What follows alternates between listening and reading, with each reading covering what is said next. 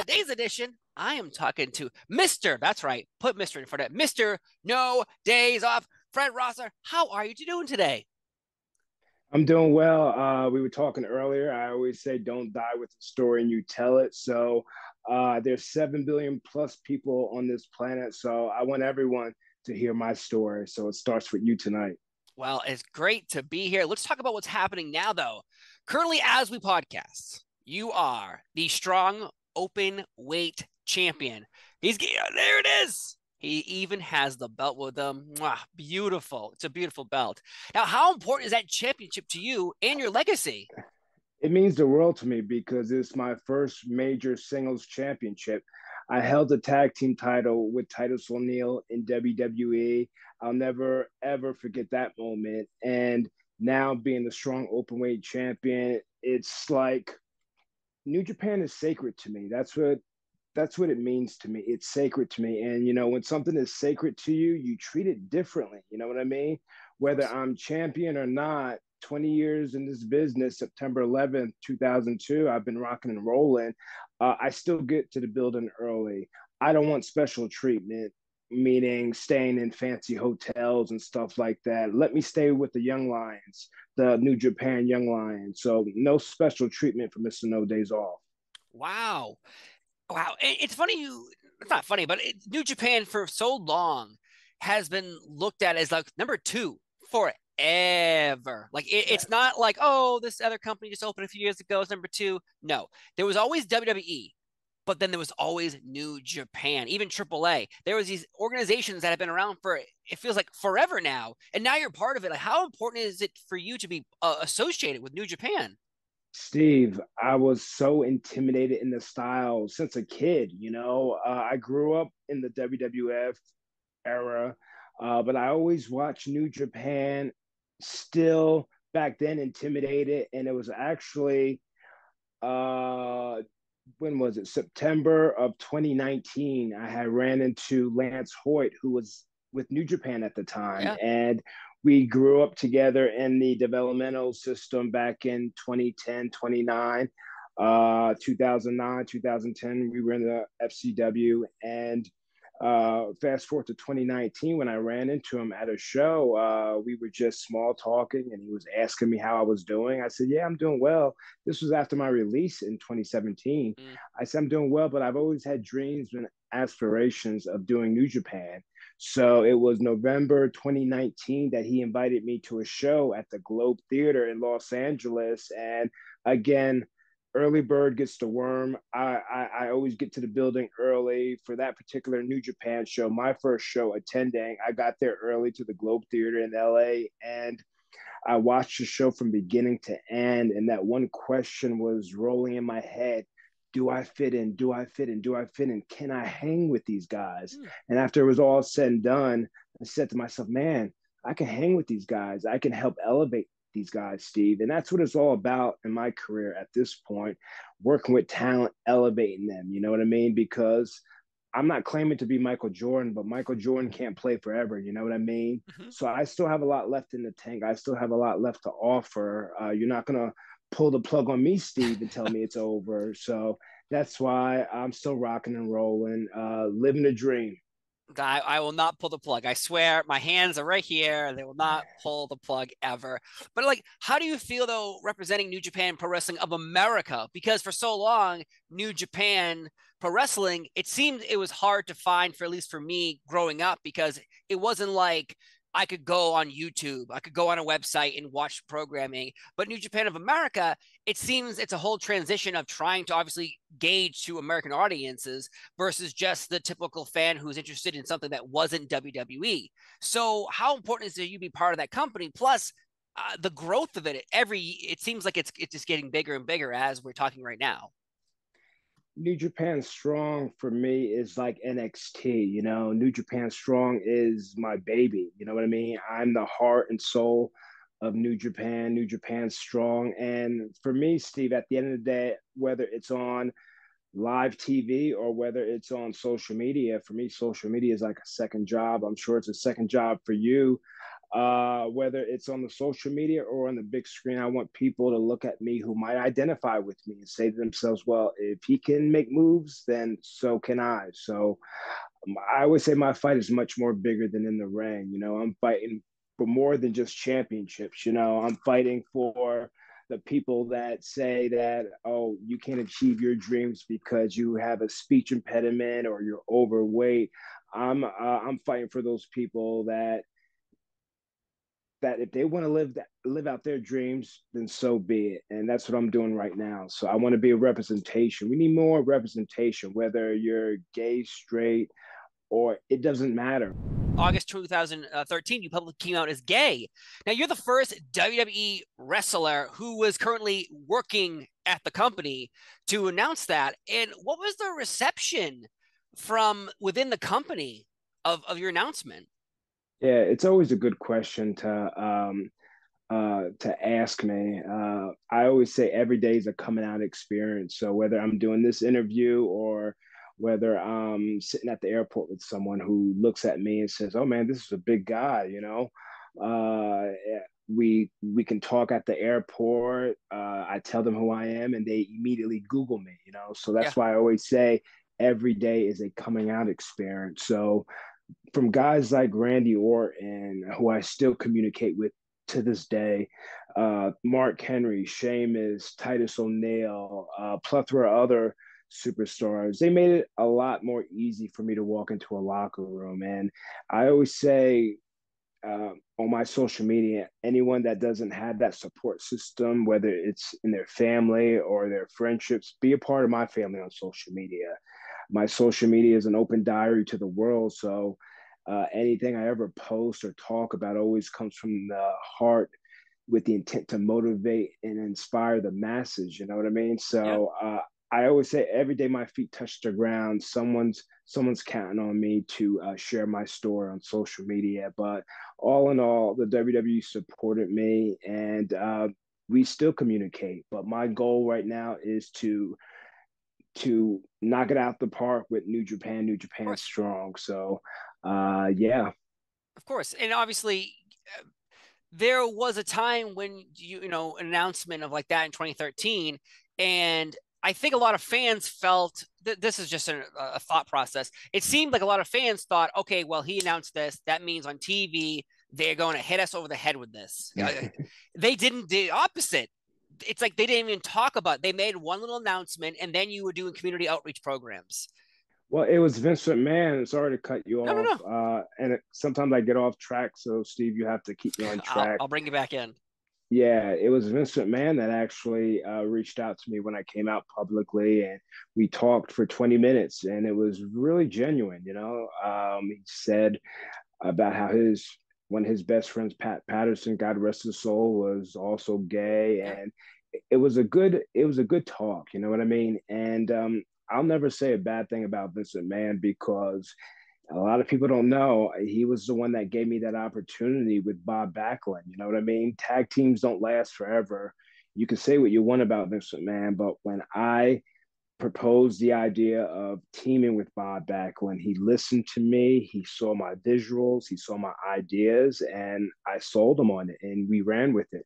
I just always say it's just unfortunate that the people that work with Vince McMahon under Vince McMahon didn't have my back. But it is what it is. It was a time of my life being with Bob Backlund, Vince McMahon giving me the opportunity to do that. So, yeah, Vince McMahon had said when I came out publicly that he didn't want it to be a storyline, and I said to myself, well, I'm fine with that as long as I can be myself and be comfortable. And at the end of the day, that's what it's all about.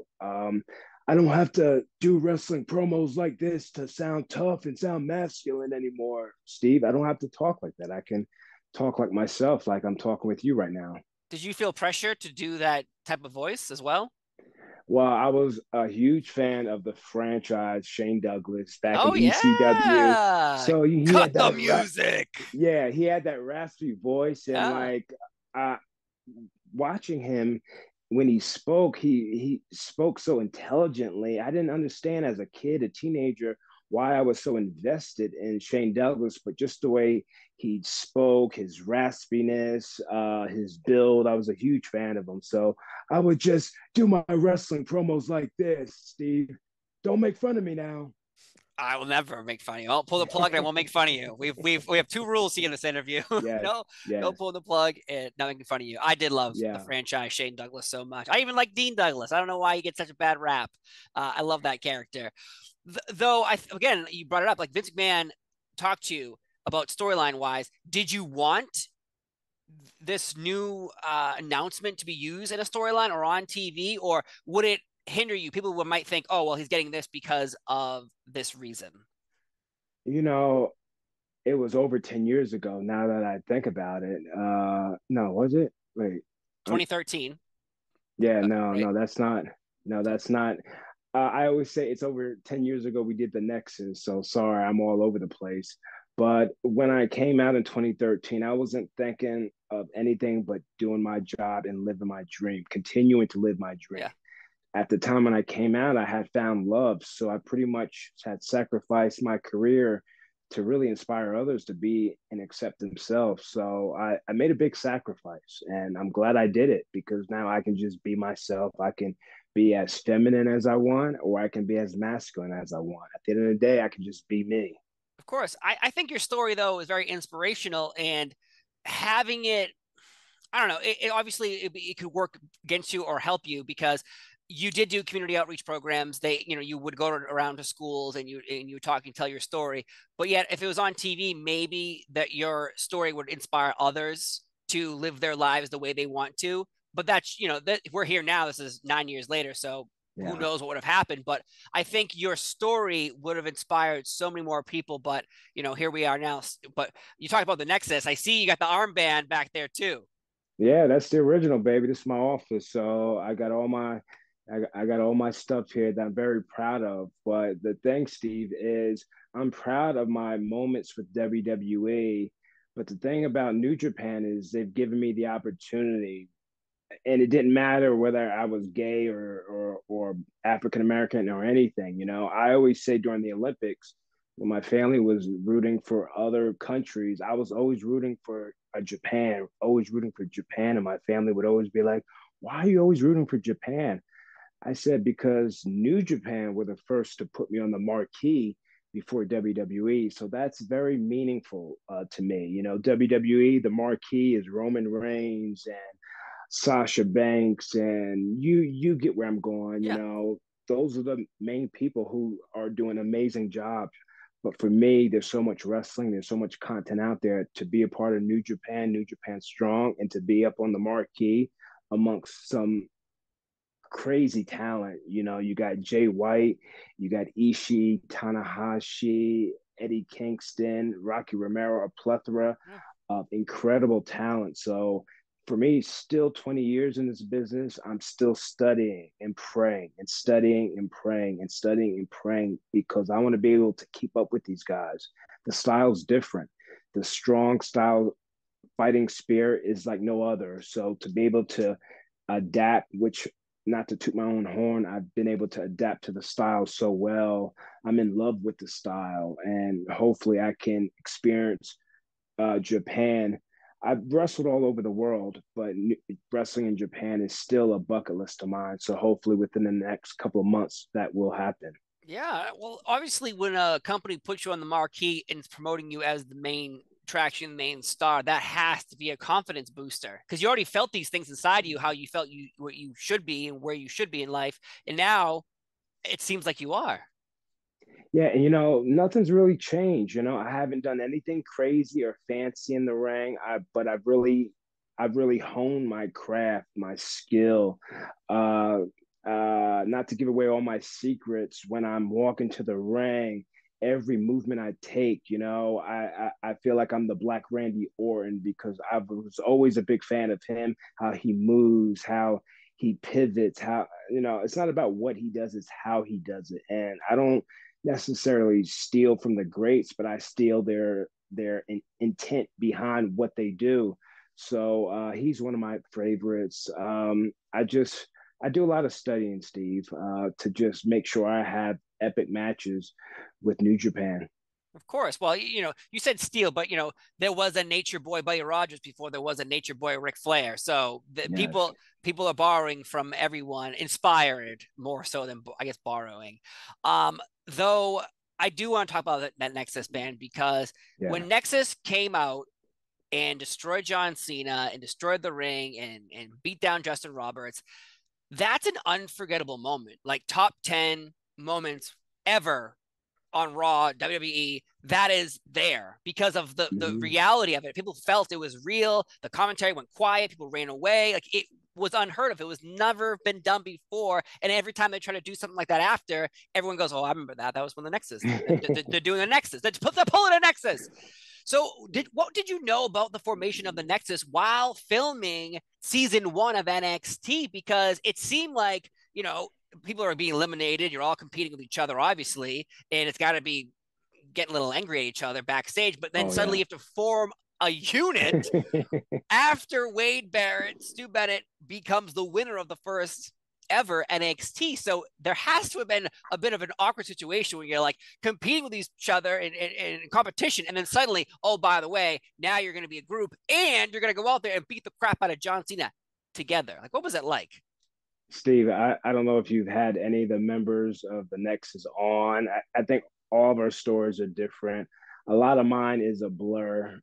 It's been 5 years since I've been alcohol free. So back during the Nexus, heavy into the alcohol. So a lot of it was a blur. But I remember the original season of NXT.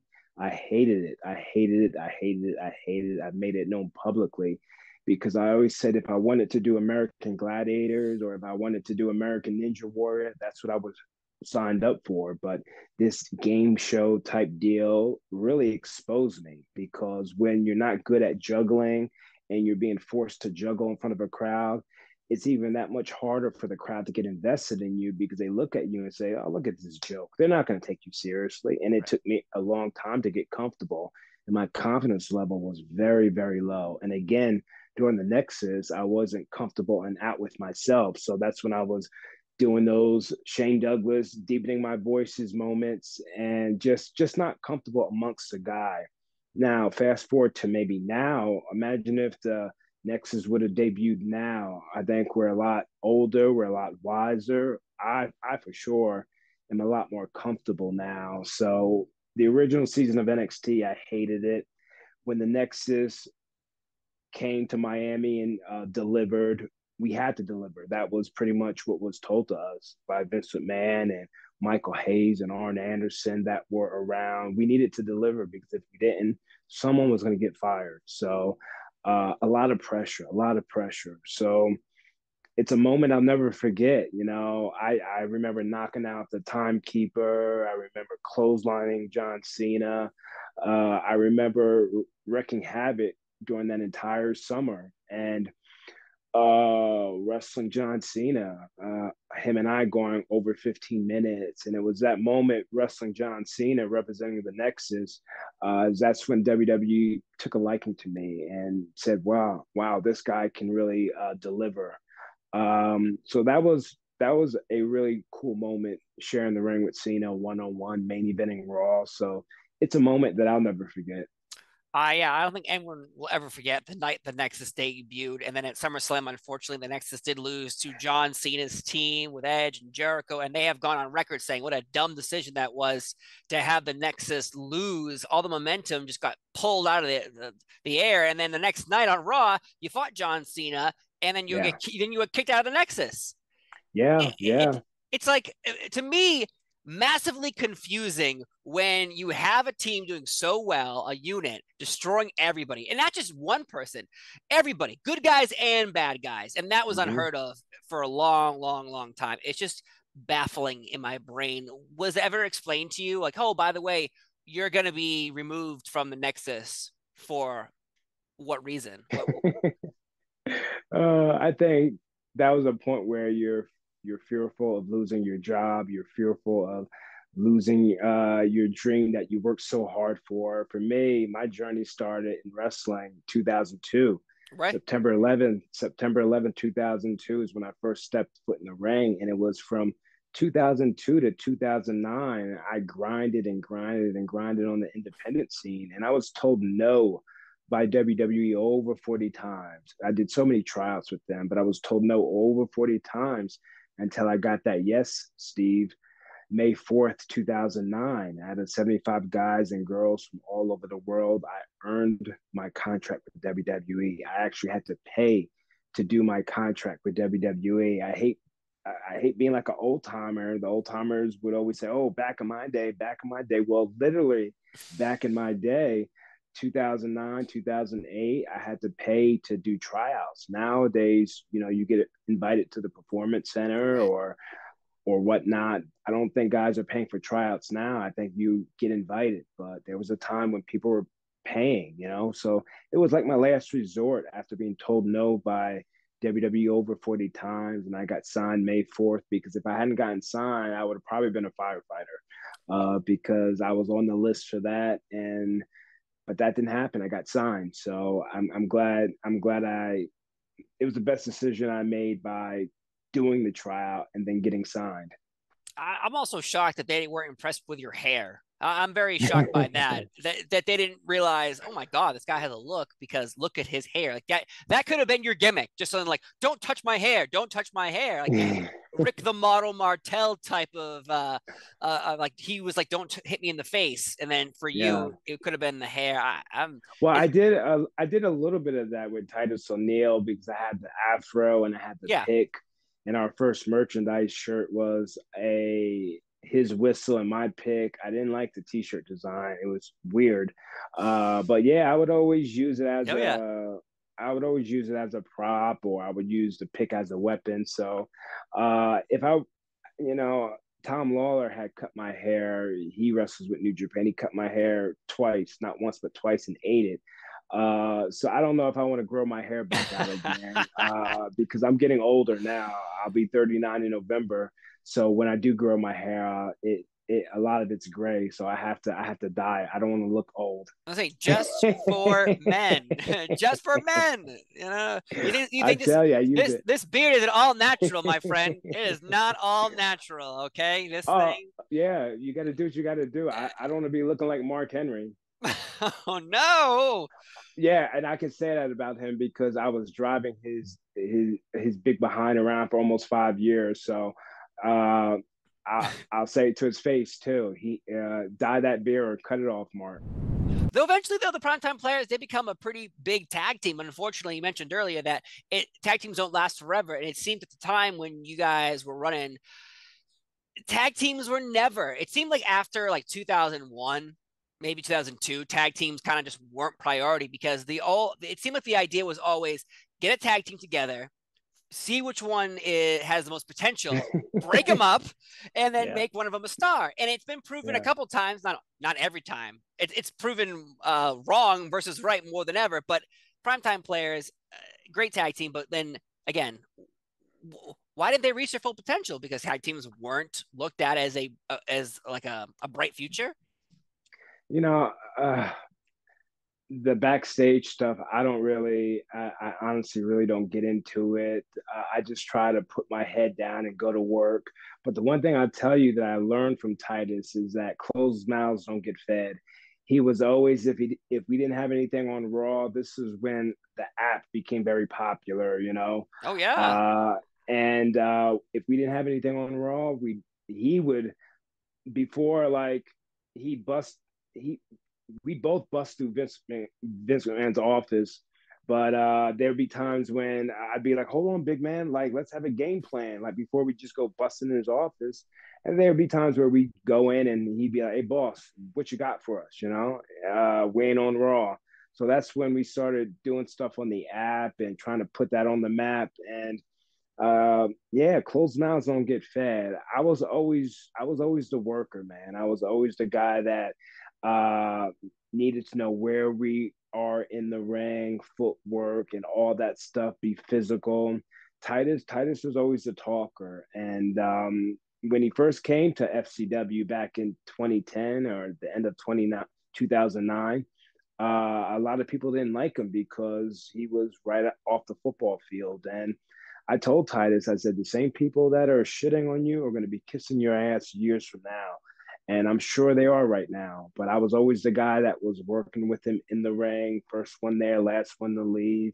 And it was actually Vince McMahon that saw a liking in us because when NXT, when our seasons were kind of, we had done NXT Redemption. I forget how many seasons there were, but Titus and I, Vince had saw a liking in us, and then that's when John Laurinaitis had signed us to SmackDown, and we ran with whatever we can get our hands on, and that's how.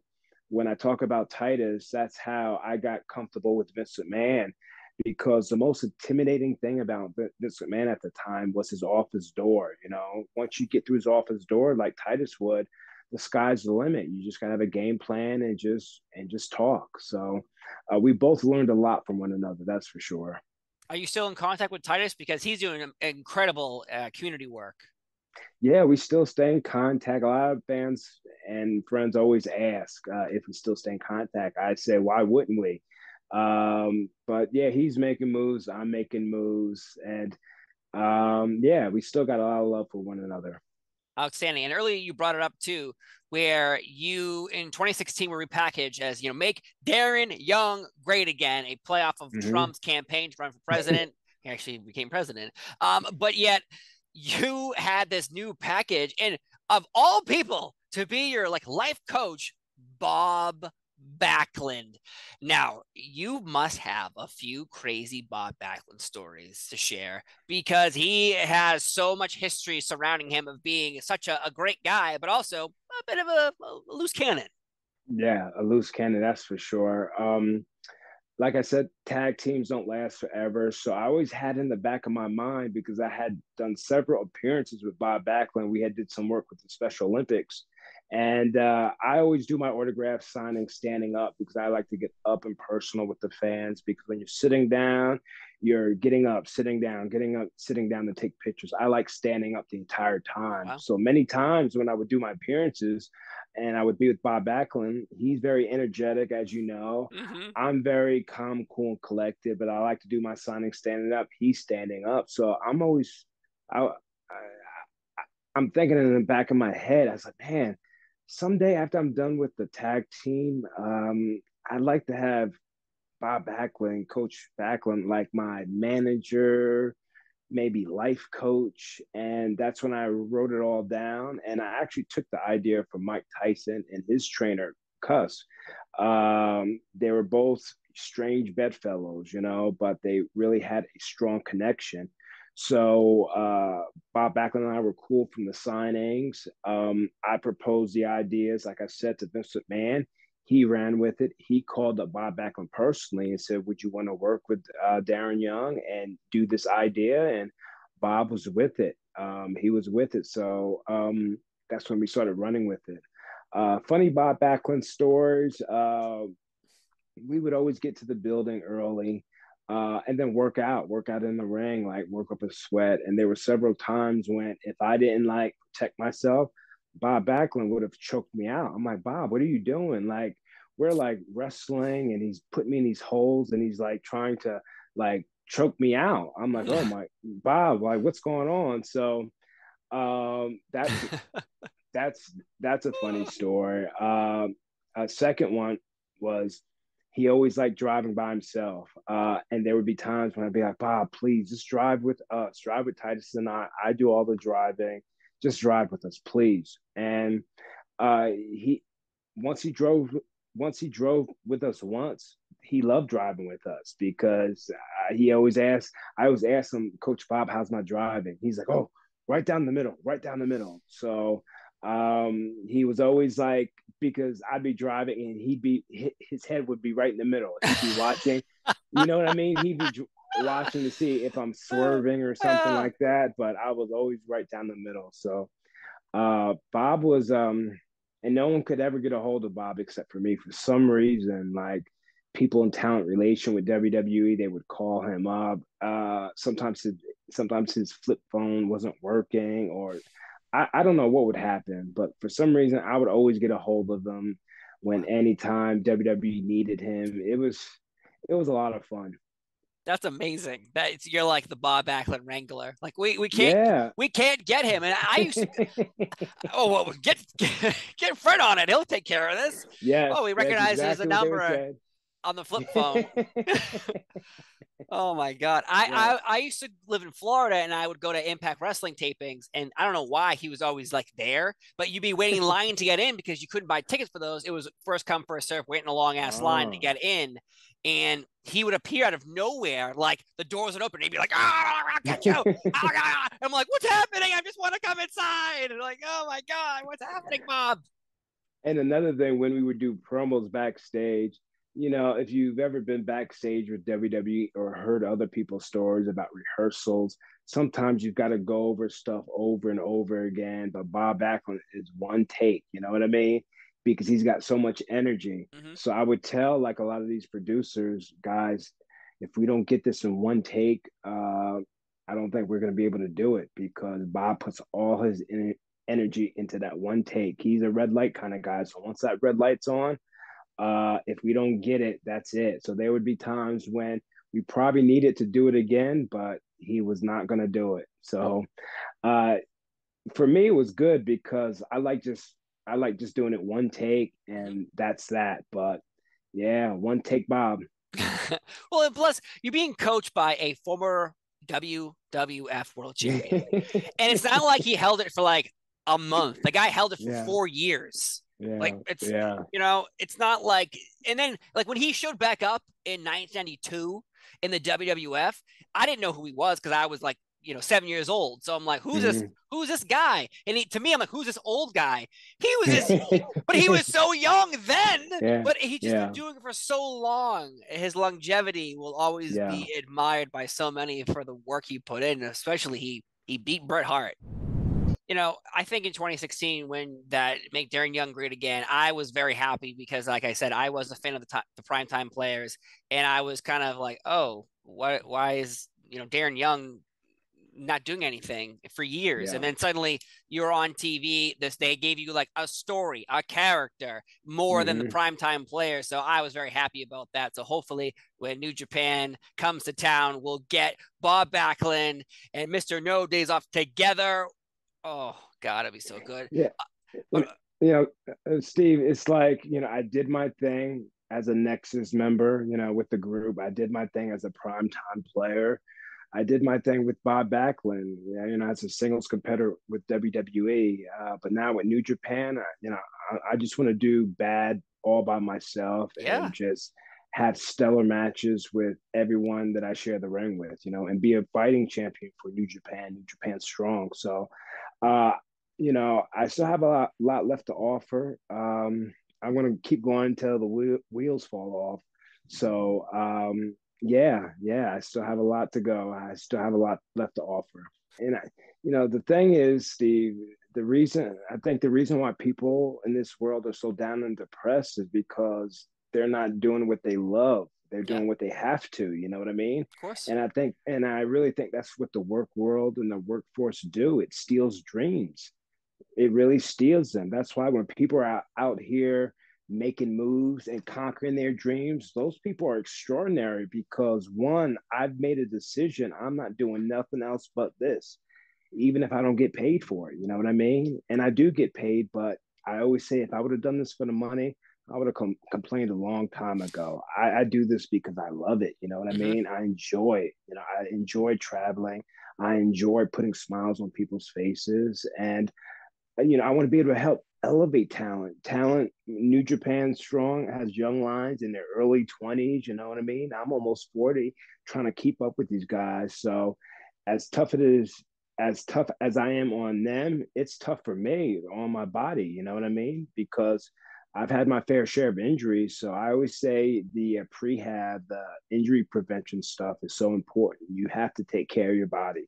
That's the one piece of advice that I give all talent and a lot of talent, a lot of guys up and coming, they don't hear that a lot. Take care of your body because your body is ultimately what's going to make you money. So you don't want to be hurt getting a tryout with WWE. You don't want to be hurt with getting a tryout for New Japan. So I always tell guys take care of your body.